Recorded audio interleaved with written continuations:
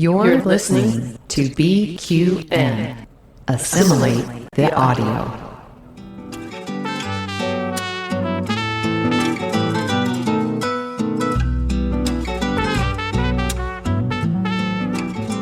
Welcome to Cinema Z, a film discussion and review podcast on BQN.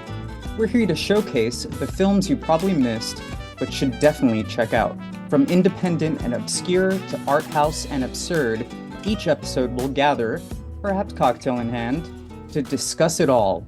I'm your host, Laz Marquez, and with me today are Mark White, Matt Jennings, and special guest and executive producer for the pod, Amy Nelson. Hi, everybody. Hey guys, I'm Mark. I'm back. I have actually wine. I was gonna do gin and tonic, but instead I'm drinking wine. And hello, I'm Matt. I have yet again another wine cooler. This is Simply Spiked Peach. I found it at the local gas station. Lovely. Keep it classy. Wow. And I'm Amy. Hi, guys. Thanks for having me on the pod. I'm very excited. My cocktail in hand is a little special concoction. It's got some peach Crown Royal with strawberry vodka, a little bit of elderflower with cranberry, fresh lime, and oh my lime God, that Perrier. sounds Beautiful. amazing. It's lovely and refreshing for a nice summer day. Wow. I I'm am just jealous. drinking water. Well, we're super excited to have everybody on board. So what we want to do is we want to start, like we do with our episodes, with just going over some of the feedback that we've gotten since we launched the pod. So I'm going to take you through some of what people are saying about our first episode. So from Vera Bible, she says, "What an incredible episode. Thank you all for sharing your deeply personal stories. It isn't always easy to do. I had not heard of this movie before listening to the podcast, but I will be seeking it out." Thank you so much, Vera. From Ria Papa Giorgio, "Great preview, great music. Cinema Z sounds pretty awesome." And you sound pretty awesome too, Ria. Thank you. And then from Melissa Larson, she says, "Great job, guys. Love the pod and looking forward to more. You can show this to your corporate overlords for proof that people are listening." That would be Amy. She's here. She hears it. So, Melissa, we have let our corporate overlord know, and we highly appreciate it. Thank you. I'm glad that we have listeners for our new show. Incredible. So, today we will be covering one of my personal favorite films of all time, 2005's Shopgirl, directed by Anand Tucker and written by Steve Martin. The film stars Claire Danes, Steve Martin, and Jason Schwartzman. The story follows Mirabelle, a disenchanted salesgirl and aspiring artist who sells gloves and accessories at a department store. She has two men in her life, wealthy divorcee Ray Porter and struggling musician Jeremy. Mirabelle falls in love with the glamorous Ray, and her life takes a magical turn. But eventually she realizes that she must empower herself and make a choice between them both. So before we get into our initial thoughts, what I wanted to do is take some time from listeners of the pod. I love to bring in voices that are engaging with the pod and giving their perspectives on either films we've covered or films that we will be covering. So look out for more of that as we continue. So this is what I call one-sentence reviews from those listeners. So from Yez on Instagram at Paper Polish Hoarder, she gives the one-sentence review of an unconventional love story that sneaks up on you and makes you fall in love with it. Lean Isabel on social media, she says, "A minimalist love story that explores one's capacity for love with tones of humor and loneliness."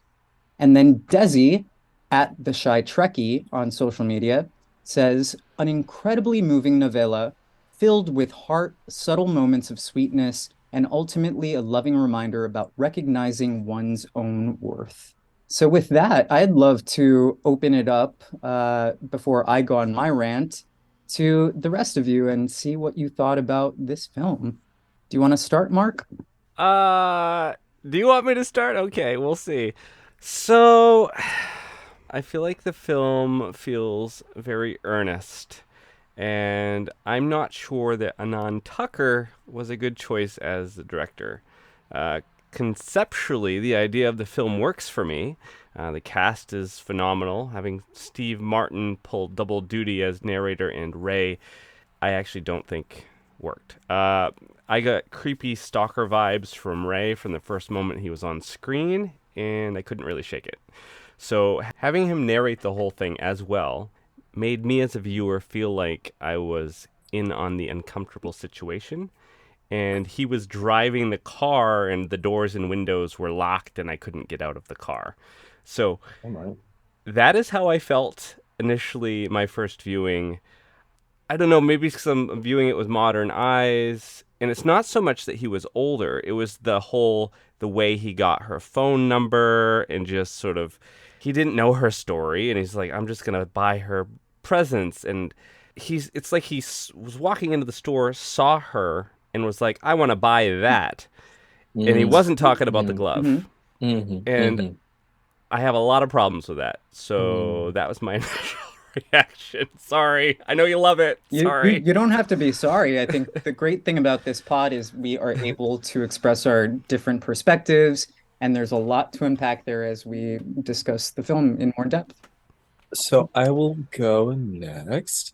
So I was watching the movie, and there's like an awkwardness in the language and the delivery of the language, and I couldn't put my finger on whether or not that was the purpose of it, or if it was something that needed more rounds in the writer's room. What I will say is that there is payoff in the end with the why the story is being told, and I think as I was watching the movie, I kept trying to understand why. Why are we telling this story? What is the purpose? What is the purpose? Why is Ray here? Why is Jeremy here? Why is Maribel here? And so it doesn't really happen until the end that you quite understand exactly what's going on and how it all kind of ties together. I think it's just the journey and the execution of it. It maybe dragged a little bit, but at the same time, that kind of could have been maybe the purpose. So that way you kind of focus and you're forced to focus on each of these characters and what's going on with them. Overall, I understand the journey, and I think the process was slow, but I think that maybe some of the choices were deliberate. Yeah, I have to agree with Mark and Matt. I too was very curious, Laz, why you chose this. And you're saying that it's like one of your all-time favorite movies. I'm just like, big question mark above my head. It's a good movie, and I do remember seeing it before. And so when I watched it again, I was like, oh yeah, I remember this. And Matt, I'm right with you. It moved slow, but then at the end, and I really felt like even an hour after I watched it, I was still thinking about it. And I'm like, okay, there's got to be something to this movie that I'm still thinking about, the journey that each of them went on. So I think if you go into watching this movie with it's the journey, it's not the story. The story has been told 20 gazillion times. It's your, typical, who are you going to choose? But the journey that they go through, I think that's where the heart is. And the score. We must talk about the score, I'm sure later, but that was phenomenal. And it clued you in on what was going on in the story. I love that score, by the way, and we'll definitely highlight that at some point, but I believe his name is Barrington Fulong. Beautiful score. Okay. And I love that it's brought in to really highlight, I think, Maribel's specific beats and moments. But kind of jumping off of what you're saying, Amy, I guess I'll go into why I love this film and why I chose it specifically. So we've covered two very diverse films already, with Everything Everywhere All at Once and Before Night Falls. For this one, I wanted to throw in something that would be a little bit more divisive for the sake of like having true conversation about something that could be like a personal taste film. That being said, it's interesting that each one of you touched upon certain aspects because this is a film that is also written by Steve Martin. It's based on a novella that he wrote. So there are moments in this film that I feel are like very much play out like a book or a stage play. So that's something that I want our listeners to be mindful of as well as we kind of break things down.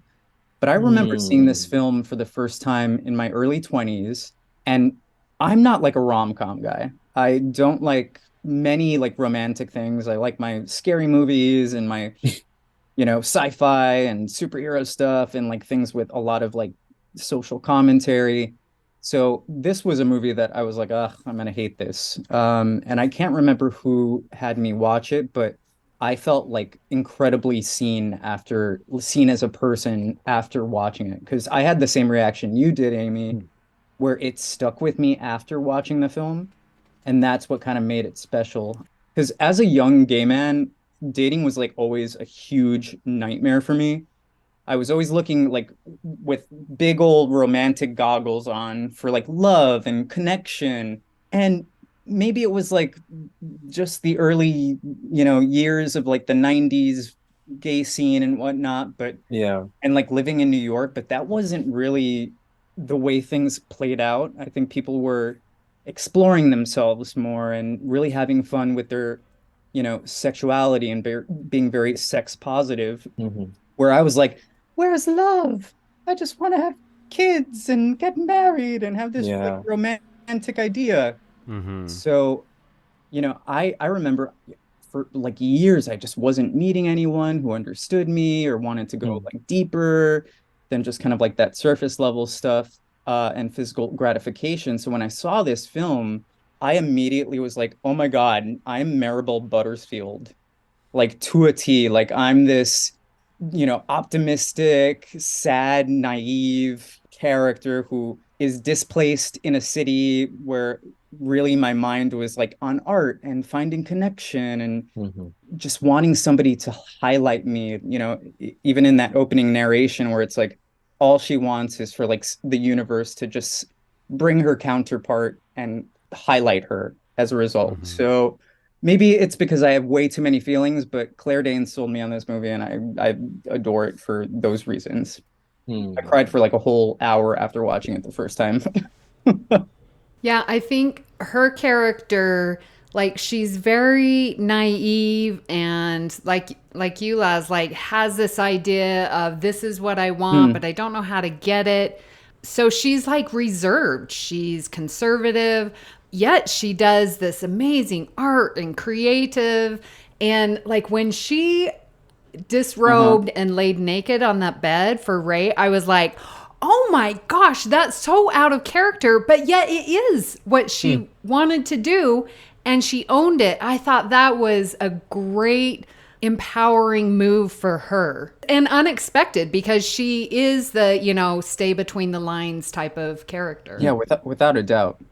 So there are a couple of things. I'll try to make it short. But Laws, in regards to where you were in your journey of being a gay man and wanting to find connection, find love, and relating to Maribel in that way, I totally understand that and and felt the same way.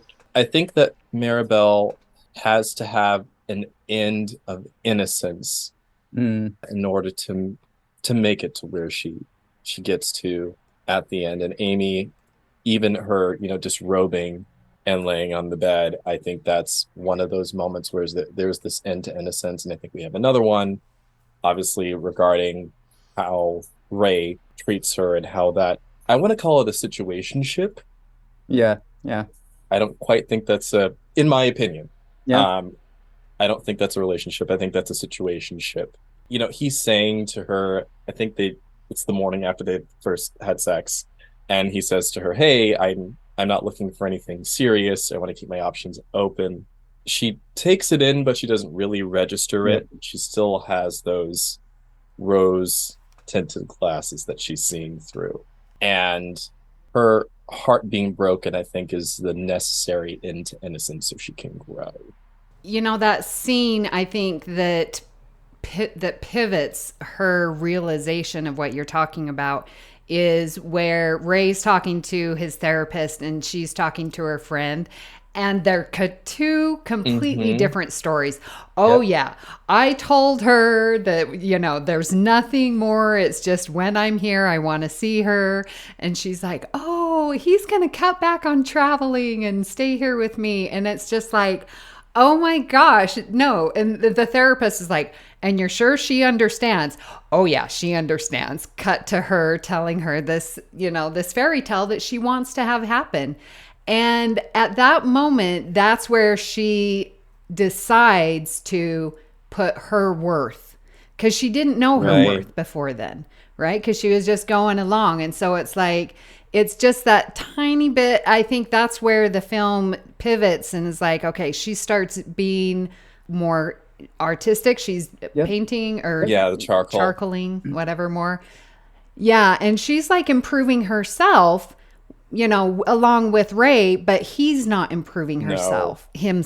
No, he's not. So there's that disconnect, which is why they don't end up together. And there's a really funny thing that you just brought up, Amy, when we see the contrast between Ray talking to his therapist and Maribel talking to her friend. And for whatever reason, I zeroed in on what Maribel was saying to her friend. And I was thinking, no, that's not what he said at all. Did I miss something in the movie? Let me rewind it. Hold on. Like, that's literally where my mind went. I was like, wait, how did I miss that? Well, it's bonkers because, like, it's those nuances that I love about the film. Because, Matt, I think you mentioned it earlier on. Like, it's like if you're not paying attention to the nuances in this film, like, you can miss a lot. And I think that the parallel of them both having the conversations with people they know show how, like, they both had one conversation, but he took it to one extreme and she took it to another, which is why they never were able to align moving forward. And they weren't really listening to each other, in my opinion. They weren't listening to each other. Right. So I think with that, we can start diving deeper into the film. We're going to start off with one of our director's cut segments where we take a line from the script and play it out ourselves.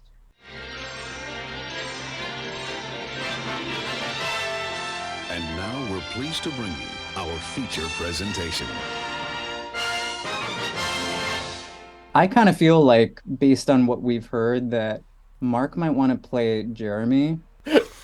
What do you think, Mark? You want to play Jeremy? I love Jason Schwartzman. I don't know if I could possibly fill his shoes, but I'll do my best. Do we want to go like super awesome and have Amy play Maribel? Oh, shocker.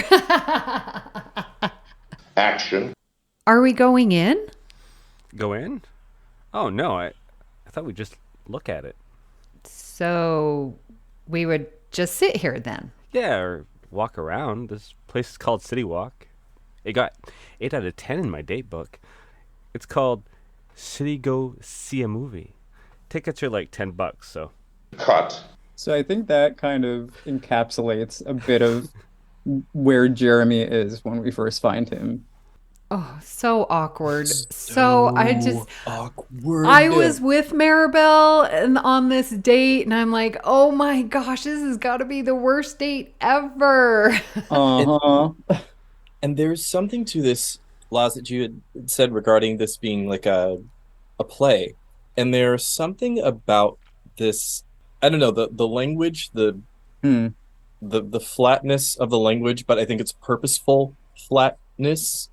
Reminds me of something like Waiting for Godot. That's all. I'm curious again to get your guys' thoughts on the character played by Jason Schwartzman, and then I have a fun question for each of you to answer. I think none of the characters, but especially him, he doesn't know what he wants. He doesn't have a clear direction, which is fine when you're young. You're trying to figure it out. He's doesn't seem to work or has a very... like a stable job or anything. And his apartment is a mess. He's doing laundry at a laundromat. He doesn't have a conversation. Like, I mean, even in that, director's cut, it's like, yeah, we'll just walk around and, we're not going in. And then and like you said, Matt, it's flat, but I think it is on purpose because it is really highlighting his awkwardness, and his weirdness. He's weird to interact with. And you're like, where are we going? His brain thinks differently than I do. And so it's like every time he says something, I'm like, where did that come from? And also just what you said about Jeremy you said not listening. Is that what you said? Yeah, I think so. Or interacting. Interacting. Yeah. It's a similar thing, but just in a different form with Ray. It's like she's looking for connections, but like each one of those men are kind of talking to themselves. Oh yeah. Oh yeah. Talking to what their needs are before hers. Because Jeremy for sure is like super, super awkward, but something I did pick up on with him at least was you would get like these weird glimpses that he's thinking about her. That he likes her but doesn't know how to express it. Like even when like they're at the city walk and he's like, oh yeah, I'm working on this new font. I call it Maribel. The L's go like this, and he loops his finger. So you could tell he's thinking about her even when she's not there, but he's not capable of being close in a weird way. He can't articulate it. Yeah. And there, I will say, I think from an acting perspective, I think that maybe Jason made the choice of showing that awkwardness and that indecisiveness in his body, which I think was really good. Because to me, he's kind of a little twitchy. He doesn't quite know what his body's going to do. Sometimes there's a nervous shuffle. I thought that was a nice choice. Yeah, and I think usually, when you go on a first date, like there's a clear plan. And so for Mirabelle, it's like, oh, I thought we were going to go to the city walk and go see a movie. Mm-hmm. Like that was in her head because she's a planner, right? And so to go there and to not do that, I mean, kudos to her for just going with the flow, but that would really throw me for a loop. And it's like, well, if there's not a clear plan and I can't understand him, like what he's saying or where he wants the discussion to go. What are we talking about? But his saving quality is that he's sincere. Yeah. That he's honest, and you get that it's like, he's working on, like you said, font. Like, how endearing is that? That's true. That's real. But he can't express it and he can't turn it into a conversation. Yeah. Like he's very like what you see is what you get kind of thing. Like it's all like word vomit and just like impulsiveness. So, but to your point, it's like, okay, like it's pretty clear, like that's who you are. Like there's no games involved. Yeah. Yeah. Amy, I think you're right. Kudos to Maribel for sticking with that and having the patience for something like that, because I know I would have had my friend call me and say, hey, just call me on the low and just say there's a family emergency. I'll meet you out back. Like I would be trying to find a way to dip out. So yeah, it was just new for me seeing Jason Schwartzman play a character like this. I'm kind of used to seeing him more well put together and sophisticated, and so I actually didn't know he had the range to play a deadbeat loser. So this was new for me. I feel like the laundromat scene, I feel like Maribel really, like, you get to know her a little bit through that scene, because here's this guy that's clearly so far out of her league because she's gorgeous and talented artist, and I feel like, but she's also like really depressed, and so you can understand that in this scene, that she's fundamentally sad and depressed and lonely. And even if this guy isn't grade A material as it, dating wise, he's giving her attention.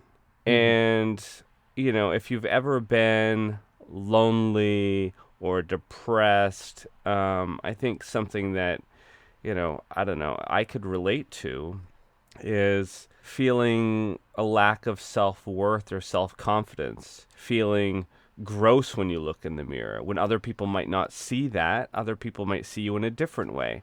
But when you look in the mirror, you see somebody gross and unworthy of love. And so here's this guy at the laundromat showing her some attention, and she's like, oh, it's like this little nugget of positivity, and that was enough to get in her pants. Because I think also Maribel might be a little bit of a nymphomaniac. She might have like a sex addiction. That's how I saw her character, and I watched the movie a couple of times, but I saw it through that lens. But I think that probably comes from sex is the thing that makes her feel better when she's so sad. So she's on the antidepressants and stuff. But when she's having sex, she gets a rush of endorphins. She feels better. And so she'll take whatever she can get to just not feel like crap. No, it's kind of interesting that you got that perspective from it. I was gonna read it later, but this might help us kind of unpack that a little bit. There's points in this film where Maribel, while she's driving, is listening to like a radio personality. It's almost like a self-help radio station, I guess. I'm gonna read that because I think it is intentionally included in the film to give you a frame of reference on why she perceives sex the way that she does. So I'm going to read that real quick, and then I think we can unpack that right after. But the female radio personality says, a woman needs to be held, even, and science has shown this, if it's with someone she doesn't care about. Protective hormones are released, and the amount of hormones released depends on the degree to which she is held. The first and best is the complete surround. He wraps you in both arms, whispers how beautiful you are. Second best is the arm around. He is next to you, but with one arm around you. Third is he's just next to you with his elbow, but he rests his hands on your stomach and looks at you. Fourth is you snuggling up to him with your head on his chest while he looks away into space. But when the first best happens, you feel completely, wonderfully like a woman. And that to me is why because right before she decides to sleep with Jeremy, because that's her choice, not his. She calls him for the booty call. Yeah, because I think she's a sex addict. I thought I didn't get that. I thought there was I got the desperation for sure, because after that first date, I can't remember the specific breakdown of the scene, but Jeremy calls her, right?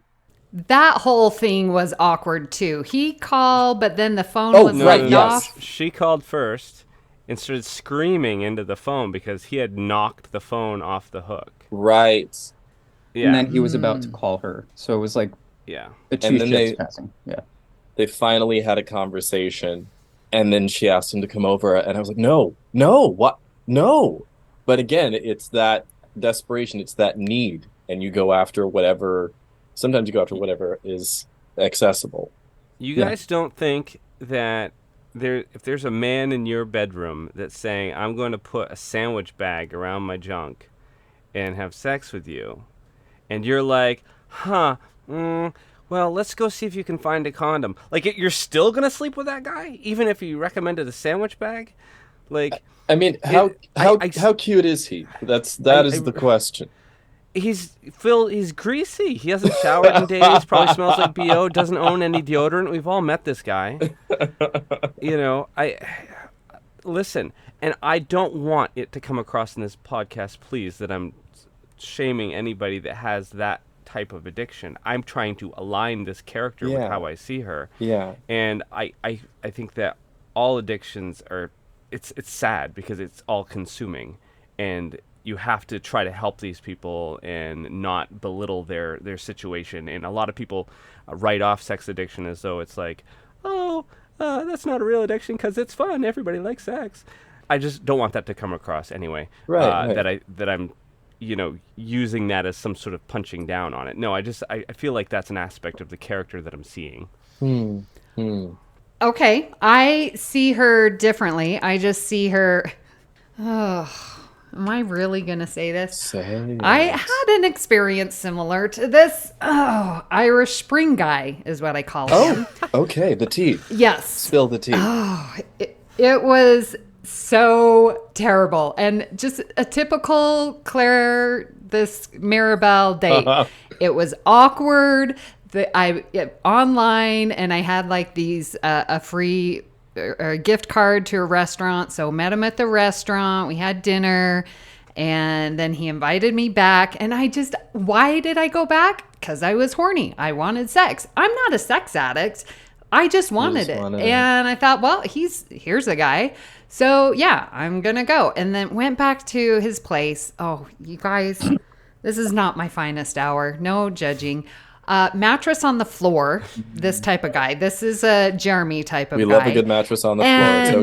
It's okay. Oh. And his place smelled like Irish Spring soap. And it was so disgusting. And I just I didn't want to touch anything. And it was not pretty. Are you guys still friends? Oh, hell no. It was one and done. Never. No. So that is very funny. I'll share a very quick, awkward story regarding, because we're talking about VO.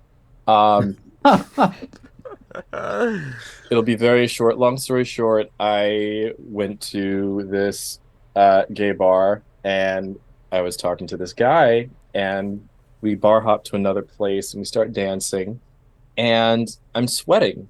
And at one point, this man who was very attractive, he looked like a hot Stanley Tucci. Like, he was like really cute. Anyway, we're dancing. I'm sweating. And at one point, he takes his hand, dips it into my armpit, and he smells it with glee as we dance. Oh. And again, I'm not kink shaming. Look, if you like smells, you smell all you want to. But it was We are not here to kink shame. We are not here to kink shame, but it just caught me off guard. That was a man of smells. And then we hooked up like 2 more times after I came from the gym. But you're such a giving lover. It is a service, and I am here for the community. I think it's a good point though, because like, gosh knows I have had moments where I'm like, you know what? I'm just desperate and lonely. I want, some attention and to feel some sort of connection with somebody. And it's like, you go home with the person, it's like a pigsty. They're not the person that you thought they were, even if they're slightly attractive, to begin with. And then you're like, why did I do this? Like, the personality's not there. Their value systems based on their like apartment is clearly not, close to mine. So I get it. I get that kind of yearning. Mm-hmm. Yep. We've all been there. Hot Stanley Tucci. And listen, Stanley Tucci is hot now. So so I guess with that, we have a lot of feelings about Jeremy. So I think we should move on to the saga of Mirabelle Buttersfield and Ray Porter. So let's start with a director's cut option. How about this, Matt? Do you want to be Mirabelle or Ray? I can be Mirabelle. Okay. Action. Ray, why don't you love me? Are you just biding your time? I thought you understood. So I can either hurt now or hurt later. Cut. So, Ray Porter, I feel like we're all going to have quite a bit to say about this fella. I kind of started my thoughts with the notion of like, is Ray the perfect guy for her at this point in time for her and her life? Or is he like possibly the most damaging thing to happen to her? Like, those things I think could be one and the same at points, in terms of like how you come out of it, but they're also equally, very extreme while you're in it and could have cause and effect moving forward. So I think that Mirabelle, she latched on to the idea of him more than anything else.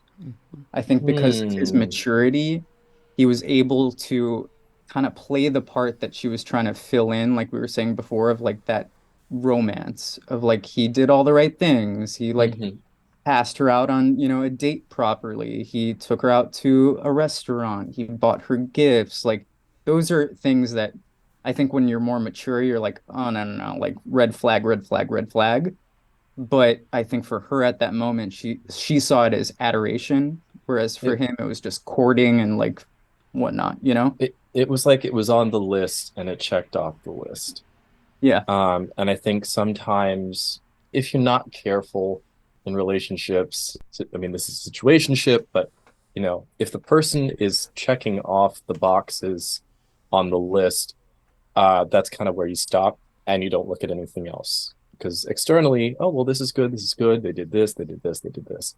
I think that Ray, in regards to being the right person for her at this point in time, and whether or not he could have been the worst person for her to be with, I really think it's kind of interchangeable, because I think, as you said, Laz, it's really all about how the individual in those situations recovers or doesn't recover. Like, that's really up to you to take the bad experience and make something of it. And unfortunately, some people come along and they reinforce those fears that we had, and we don't do anything with it. I think Ray, at first I wanted to say he was trash. I don't think that Ray is trash. I think that Ray is also at some point in his journey where maybe he's just not accessible in the ways that someone in a relationship would want that person to be. And maybe that is Ray's choice. Do we know how soon that divorce happened? I don't know if they gave like A a proper significant number. amount of time. It was a significant amount of time. Okay, then he's just not doing the work. But I mean, that's, to me, some people also just don't want to grow, or maybe they're too scared to. There's a whole bunch of reasons. But Ray, I think, bottom line at the end of the day, is not doing the work to progress. And maybe it works for him. I mean, obviously not, because we kind of see in the end that he has his regrets about letting Maribel go. So for me, I found that, again, I'll go back to Maribel. I really felt for her character as somebody that's, I've been through a lot of depression and anxiety myself. And Claire Danes, come on, she knocked it out of the park with really showing that humanity and that truth of somebody that is living day by day, just trying to find some semblance of joy, because she wants to keep going, she wants to live, but she's not finding the joy in her life, right? So here comes Ray. Again, it's another individual that just, to her, is like this white knight, that just comes into her life and is showering her with the gifts and making her feel, a certain way. And all she can think about, and they say it in there, is why me? Man, I can say I've had that feeling, I don't know, so many different times in my life, because it's hard for me to accept things when they're going good. That's why I've had a lot of relationships in my life with people that could have been destructive. Now, I've dated some real beautiful people that had beautiful souls, but I saw the best in them, and maybe they weren't always the best, right? So they might not have treated me the way that I deserve to be treated. And so we have this situation now with Ray and Maribel, where she's seeing the very best in him, and he's just not showing that to her. Yeah. Yeah, she has this Pretty Woman vision. He's going to come. And it's very destructive for people to say, you need to come save me, because no one saves anyone else. You only save yourself. And so, yeah, she's seen Ray as, he's got money, he's mature, we're going to have this wonderful life, and he gives me what he can, and that's enough for me, because look at all these good things he has. And I've been there too. And you go along until something happens, or until you realize, no, this isn't what I wanted. And it's okay to go along and like, yeah, I want this. I want this. Because she got so happy that she stopped taking her drugs, right? And so she truly was happy. She just didn't know that she needed more. And that development, so Ray is definitely needed in her life at this time, because she got there, because she realized, yep, this is not the relationship that I want. It was good, but it's not what I want now. There have been so many times, kind of piggybacking off of what Mark was saying, in my life where I've dated people and I've fooled myself into staying with somebody because there was a security behind it. And because my insecurities weren't allowing me to break outside of my own box and realize I needed more, because it was like, well, can I do better? Or probably not. Like, am I worthy enough? This seems like perfectly fine. So you kind of make these things up for yourself with that kind of insecure heart. And then like years pass and you're like, wait, I should have never done this. I should have like come to a realization sooner, but sometimes you have to go through that journey. You really do. And there's a very dangerous place that you can get to of just being, is content the right word to say in regards Complacent, to right? complacent? Comfortable. Yeah. With situations and mindsets like that, you can end up staying with someone for years just because it's, or in your mind, the safest place to be. And if you're not careful, it ends up going into other avenues of your life. You end up lashing out for reasons that you don't quite understand and can't quite put your finger on, but you have to realize that it's starting with you. Again, I love how this film is able to show you the not so easy nuances about these different contrasting relationships.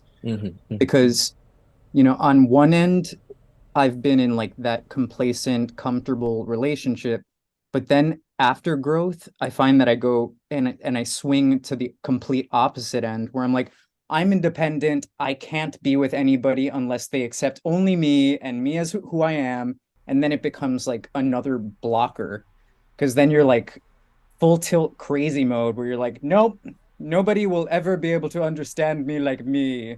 And you're not making connections, or you're not doing, give and take in a relationship.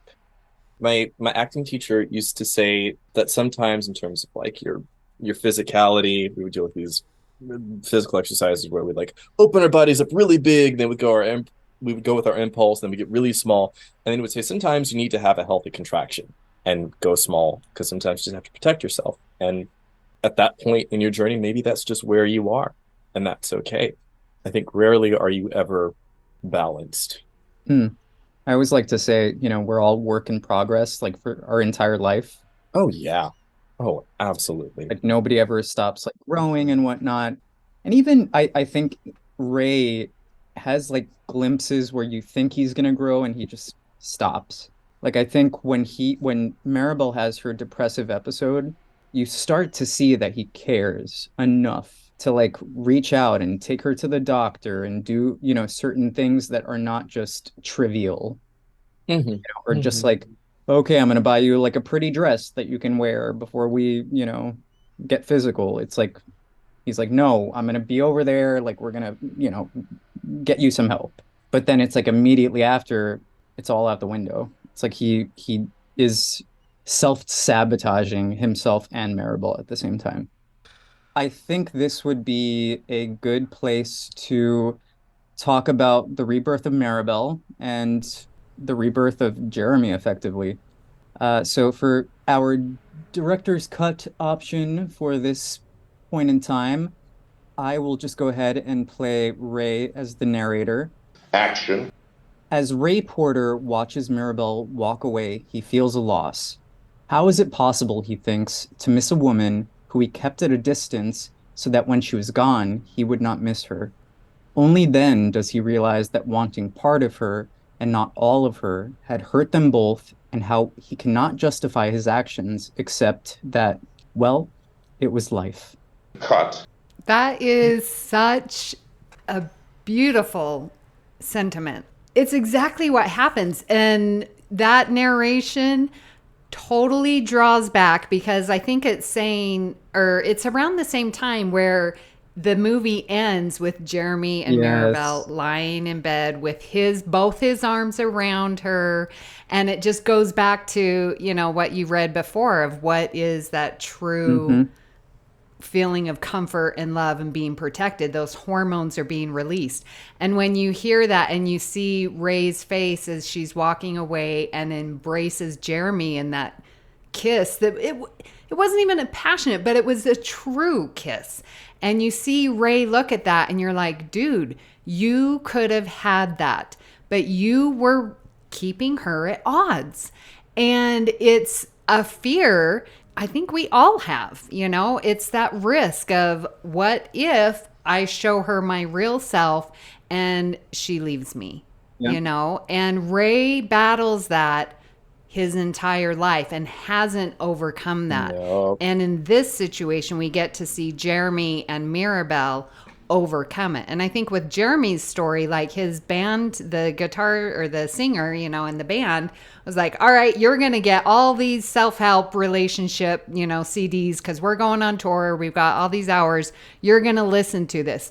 So Jeremy had help in learning how to overcome his awkwardness and how to communicate effectively because he already knew he wanted to go all in. Yeah. He gave his heart. It just wasn't well given. You know, he didn't know how to communicate. And she, in turn, learned through Ray how to give her whole heart. Because I don't think she knew how. Agreed, yeah. And so Ray was her help while the band member was Jeremy's help. And that's how they came together.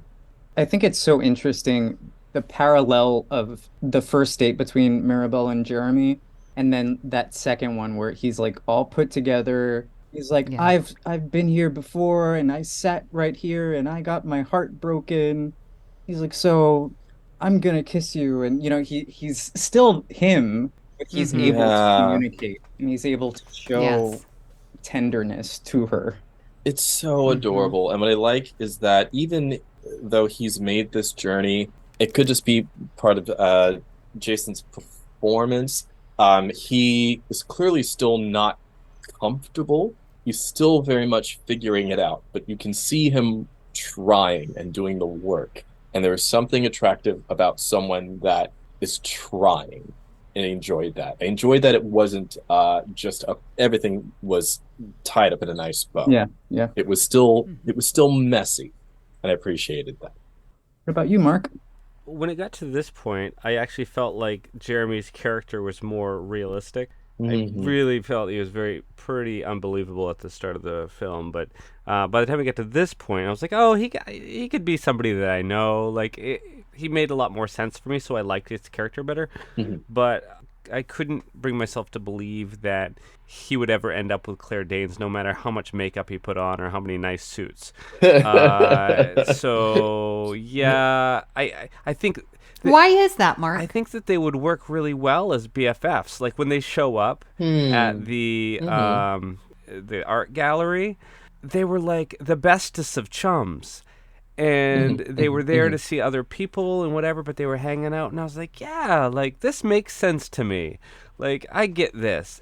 And I kind of wish that in the end of the movie, they would have ended up as good friends. And she would have ended up in a healthy relationship with somebody that wasn't still kind of a loser, but dressed up. I could go along with that rewrite. It's interesting because, like, I was not on board with Jeremy in the slightest. Even on multiple rewatches of this film, I find him so insufferable in the beginning that it's hard for me. But again, that scene where they're having the discussion outside her door and he's like, I'll protect you, and like hugs her. Or even like just the little micro things that somebody who actually cares about you does. Like when he's at the gallery, he's like, my girlfriend did those. Like, oh my God, that got me. And I sit there and I'm like, oh my God, I just want to be treated like that. So I believe Claire Danes and him being together. I don't think that they glam up Claire Danes in a way that she feels like out of his league. I think that Really? no. I have to disagree with you on that. Are you with 'cause me, Amy? Yeah, she cleaned up. AGT. She was way more financially stable, and in part because of Ray. He paid off her student loans. Come on, that will do wonders for your pocketbook. Yeah. And she was selling more art and like having self-confidence, and like she was wearing nice dresses. And I think even she was like, or Jeremy was like, you're tall. Oh, I'm wearing heels. Yeah, she's like dressing nice. She definitely improved. And so did Jeremy. I'm not saying that, but I still felt like there was this gap between them where I could see, Mark, that they could end up being friends and have healthy relationships, but still be friends. So I can go both ways on that. Yeah, I see I that. can definitely see them I could see them being friends as well, and I would have been fine if they ended up that way, because I think even then, even if she didn't end up with anyone, and the Mhm. relationship that she found Yeah. love in was this friendship. Was herself, maybe? I mean, yes, that as well. But if the friendship was an extension of, of this newfound love that she needs, that would have been great too, because friendships are intimate as well. Given that, I think we can move on to what we call rewrites. So, if there was something you could change about this film, what would it be and why? This is easy. Go for it, Mark. Listen, I have been since geez, I got graduated high school and I started seeing Jason Schwartzman appear in movies. I thought, yeah, I used to look like him. I had a lot better hair, but I really liked him as an actor too. Like he was in a lot of like the Wes Anderson projects and stuff, and I was really into that. And anyway, I always thought Jason Schwartzman was like cool. And it's not so much that in this movie he plays a believable loser, but the character wasn't written well. He played the crap out of this character. Jason Schwartzman gave it every ounce of his acting chops he could, but the character was not written well, and that's not his fault. So what I would change about him is I would rewrite the character, not entirely. He could still be kind of a little bit of a loser, but not be so stupid. So I would just up his intelligence level a little bit so he's closer matched with Maribel's, rather than have him be, somebody that didn't graduate like 5th grade. So, I'll just piggyback off of yours. My issue is also with Jeremy, but for the complete opposite reason. I actually did not like Jason Schwartzman's portrayal of Jeremy. I felt it was really over the top, almost like too quirky. So for me, it was less about the script and more about his performance that I didn't like. No. I didn't find him as believable. Now we're really getting a divorce. We are. Gee. I liked Jason's performance. I think for me that we needed that element to help push the story along. I think that his story in particular gave us some levity to the overall arc of the story, because I think, to me, if Jason was a little too down to earth, I think that the movie would have dragged. I think that the narration took me out of the movie. You can, show versus tell, and I think that the images in the movie have said enough and do say enough. I mean, prime example is when Maribel is leaving Ray and running into Jeremy's arms, and not running, she's walking into them. But the way that it's framed is it's as if you see the back of Maribel's body, and you see Jeremy's arms like this. And to me, that says so much. So for me, I don't think the narration was necessary when you can do something like that. So I liked the narration. So I'm combining everything. So go back to what Mark was saying about Ray being crazy stalker. And so it's, what's his name? Steve Martin. Okay. So I got a little whiplash of, is this movie Maribel's story, or is it Ray Porter's, or is it Steve Martin's story? Because with Steve Martin playing Ray and narrating, like, I really felt it was a Maribel story. But then that last scene with Steve Martin narrating and it ending on Ray's thought of, oh, I could have had her, I'm a fool. Then I'm like, oh, was this Ray's story? I just felt whiplash from that. You're in the car with the stalker. Driving around the house. You can't get out of the car. I told you, Amy. And then one other side thing that maybe it's because I don't have one, but when she's looking through the the binoculars, and she comes across seeing Jeremy whacking off, and I'm just like, Really? Did we have to see that? Really? I mean, I get it, but I'm like, he could have been like cooking and dropping something on the floor, or he could have been sitting there playing video games. I could have Like- I could have stood to see more. I just, is that a normal thing for guys to just sit and do that? I guess. well, I Or mean- stand, or lay back, or Really? you know. Not like with the window open.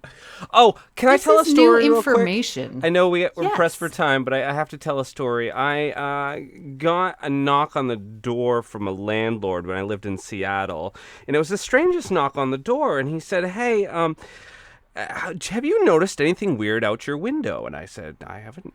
No, I haven't noticed anything weird out my window. Why?" He's like, "Oh, we've had some complaints about your neighbor across the way." And it was a U-shaped building, of course, so my apartment would look up the other side, right? And I said, "Oh, I hadn't noticed any. I don't exactly, stare into the windows of the other apartments. It's not really I'm not that creepy." But I didn't say that to him. But I'm like, no, I hadn't noticed anything. So anyway, he leaves, and then it just puts a thought in my head. Well, what is he talking about? And so I start actually like casually like looking over there now and again. And this guy, well, his kink was he would pull the chair up to the window, open the window, lay his legs out over the side of the building and Action. into the alleyway below the building. Oh.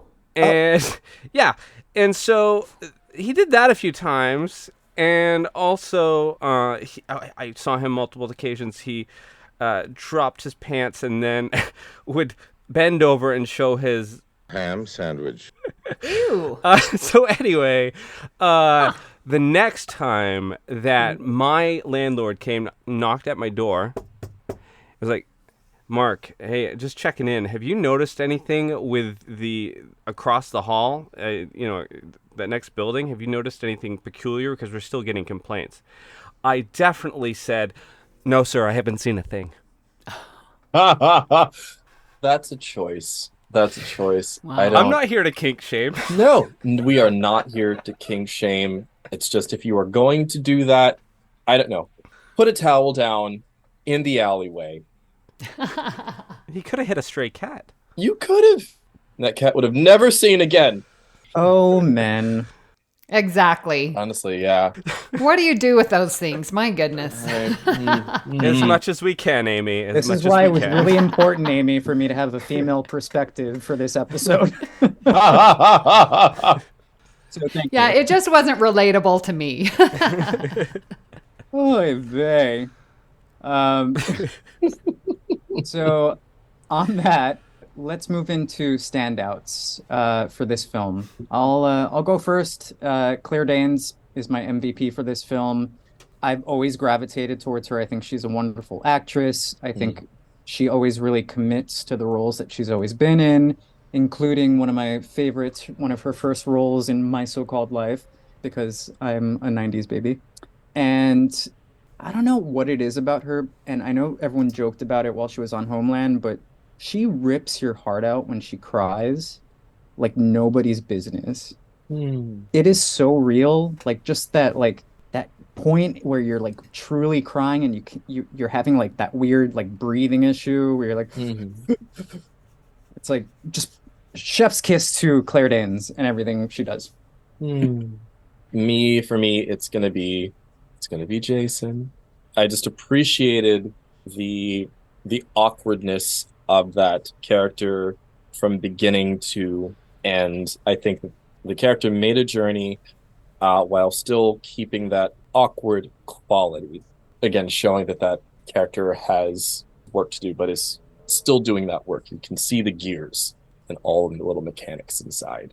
For my standout, it's just something that I found quite funny. The blonde perfume lady. Yeah.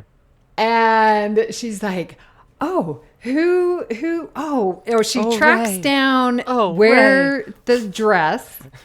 And she calls up in the dress department. So who bought this dress, and found out that it was Ray. And so then she sees that Claire was walking in with Jeremy, assumes that that's Ray, end up sleeping together, and Jeremy calls and Ray, yes. And Jeremy calls him and is like, hey, it's Jeremy. And she's like, who are you? From last night? Oh my gosh. That was so funny. But it really told that story of Mirabelle where it's like she is having it all and now others are recognizing her. You know, she's got the rich guy who's paying off her bills and buying her things. When she and sees the dress. This must be perfect. And it's all tied up in a nice bow, but what's inside wasn't real. And she, I think, exemplifies that because she herself is not real. And so it counterbalances what Claire is wanting. I have to say, I could really relate to Ray. No, I'm just kidding. Ha! No, I have to say that Claire Danes carried this film. I also just got to give her mad props. As cringy as I would say, like, especially the beginning of the movie was for me with Ray, with Jeremy, with everybody she was coming in contact with, I just was not into. I kept my eyes on her because she was worth it, and she took me along the journey. And had it not been for Claire Danes' performance, this would be a very different film. Rock on. Okay, so let's move on to some trivia tidbits about this film. So number one is Steve Martin actually had Tom Hanks in mind to play Ray Porter. But as the film developed, he felt that he would be better suited to play the part since he was so familiar with the work. I think Tom Hanks could have been cool. No, Tom Hanks would not been good choice. No? Steve Martin, yeah. Tom Hanks isn't your sophisticated rich man look. He doesn't give that vibe. No, agreed. He's too folksy. He's too everyday man. That's fair. That's fair. On the flip side, Jimmy Fallon was cast as Jeremy before dropping out before the film began. Now that I could see. I could have seen that too. I wonder what choices he would have made. I could see right? it. Yeah. Now, Claire Danes took off her clothes, remember, when she was laying on that bed, and it left her uneasy. But a friend told her, it's good you're doing it at 25. When you're 80 or 50, you'll look back and think, I was pretty firm. So there's that. It was uncomfortable, she says, but I think that it was relevant and useful. She continues, also, it's erotic. There's no reason to pussyfoot around that. I thought it was vital, so I stripped. Well done, Claire Danes. And I felt that it leaned into her artistic creativity. I felt it was very her. Yeah. It didn't feel gratuitous. I loved this next bit of trivia. During her 2001 arrest for shoplifting, Winona Ryder told a security guard at the Saks Fifth Avenue department store in Beverly Hills that her stealing was merely part of her preparation for a role in this film. Oh, God. I can't. According to Martin's 2007 memoir, Born Standing Up, there are many parallels to his own life. Early in his career, he lost a girlfriend to an older, suave gentleman resembling Ray Porter, real-life Mason Williams. Williams had a house that matches the description of Ray Porter's. It overlooked Los Angeles from roughly the same vantage point, and the descriptions of the two houses are the same. And then finally, Mirabelle is partly based on artist Allison Hollingsworth, who was a consultant to the movie and had a relationship with Martin in the 1990s. Photographs and drawings attributed to Mirabelle in the movie are by Hollingsworth. Wow. That's meta. It's very meta. That's cool. And he's putting all of his tea out there. Well, even like the last name, Hollingsworth, because what's Mirabelle's last name? Huddersfield. Yeah, like it's got the S in that middle. Yeah. So, final thoughts. I think for this particular episode, I'm going to take one of Jeremy's little tidbits from the film when he orders a mojito at one of the gallery openings. he takes a sip and he calls it a noisy mojito. So we'll give out those instead of stars. I give this film, it'll be easy and quick, 5 out of 5 noisy mojitos. I think focusing on the message of the film, I feel like the message of this film is that real growth as a person happens when you focus on yourself and your dreams instead of focusing on finding happiness with somebody else. And so I like that that was the message of the story. I would say I did watch it a couple of times, and I feel like I liked it better the second time than the first time. And so it probably got bumped up a point from my first viewing, but it's still going to get 3 noisy mojitos out of 5 from moi. And I will sip it with my eyes closed. And, well, I like the color. I think that the story is necessary. I know I say that about every movie that we've watched so far, but this is also a very necessary story regarding self-love, and I think regarding how dangerous it can be when you're trying to find that love externally and when you're not really, doing some extreme vetting of who you decide to let in on an intimate level. For me, I would give this movie 3 out of 5 noisy mojitos, just because, again, I think some of the execution was a little awkward for me in terms of how the story was told. Okay. One reason why I like Star Trek is because it's, well, TNG, Next Generation. I thought we were going to make it an I have episode to bring in Star Trek. without mentioning Star Trek. Oh, no. I know. It's been a whole hour and I haven't talked Trek. So why I like TNG, as most people know, is because it's this utopia. You get this good feeling about it. And the movie does that here. And I feel because it's this utopia of self-improvement. And we get to see Jeremy and Mirabel improve. And they actually learn what they want. I think Jeremy always knew what he wanted. He just didn't know how to get there. With Ray and Mirabel, they didn't know what they want. They thought they wanted each other, but they weren't being honest with themselves. And it's Mirabel who really does self-discovery and realizes what she wants. And so for that, it's like an optimistic view. And so I'm going to give it a half star more because of that optimistic view. And it will be a 3.5, 3.5 mojitos for me. Awesome. Well, thank you guys for entertaining this little film titled Shopgirl. It led to amazing discussion. I'm already loving the discussion way more than the movie. But thanks to the movie for giving us this. Right. Absolutely. Right. That's what I love about film. And like the films that I gravitate towards are the ones that you can have conversation about far after you've seen it. So I can give reservations to a lot of it because it's by no means a perfect film, but it does bring up a lot to think about. Matt, do you want to take us through what we're going to be talking about next week? Do I? Next episode, Jackie Brown. Jackie Brown is a 1997 American crime film written and directed by Quentin Tarantino, based on Elmore Leonard's 1992 novel Rum Punch. The film pays homage to 1970s exploitation films, particularly Coffee and Foxy Brown, both of which also starred Greer. It is the only feature-length film that Tarantino has adapted from another work. We would love to hear what you thought of today's episode and hope you'll join our Facebook group, the BQN Collective, to continue the discussion there. You can also tweet your thoughts at CinemaZPod and let us know if you'd like to recommend a film.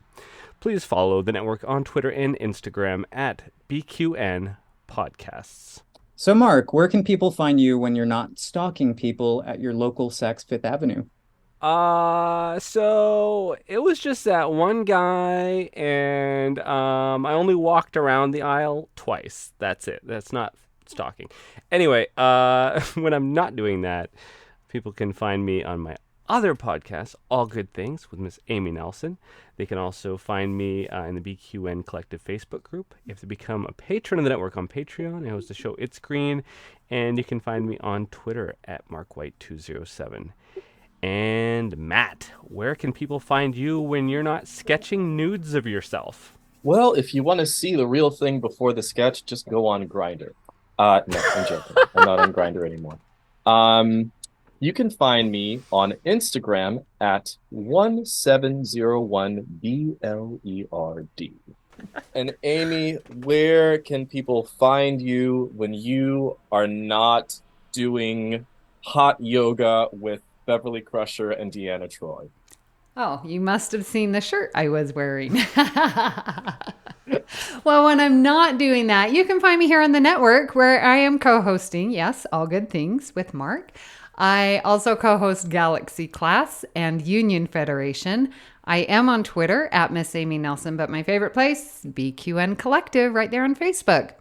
And Laz, where can people find you when you are at the City Walk and just watching people go to movies? You forgot that I'm also working on a font. It's about you, Oh, Amy. yes. The M's go like this. So you can find me at Laz Marquez on Twitter and Instagram, and you can check out my work within the space of entertainment, such as movie posters, at www.lazmarquez.com. Please hit the subscribe button on Apple Podcasts or wherever you get your podcasts and leave us a star rating and written review. With our show being so new, we really need you to do that. And it helps others to find the show. You can also follow the entire network's podcast with our master feed by searching BQN. This way you won't miss any of our fine shows like All Good Things, Galaxy Class, History with the Szilagys, Infinite Diversity, Union Federation, What's the Tea, Bev, Truxpert's Quiz, The Captain's Couch, and Bargain Bin Gamer. At this time, we would like to thank our associate producer, Amy Nelson. Special thanks to Laz Marquez for our artwork each and every week. Opening and closing music for this podcast is titled Dancing Dead and was provided by Ketsa from the Free Music Archive, providing royalty-free music for content creators. If you'd like to help us keep all our shows coming to you each week, you can become a patron of the network on Patreon. We will add you to the Hive Mind Facebook group so you can enjoy It's Green, Amy's Math Moments, and other network perks. With a monthly subscription of $5 or more, you can join our meetings on the Hive Mind Roundtable discussion on the second Saturday of each month. Visit patreon.com/BQN to get all the details and watch your messages. So again, thank you all for listening. I'm gonna go and cuddle with myself tonight. We hope you'll tune in next time. I'm gonna go ahead and do some charcoal painting of myself nude. Great joy and gratitude. Of course. It wouldn't be a closing without it.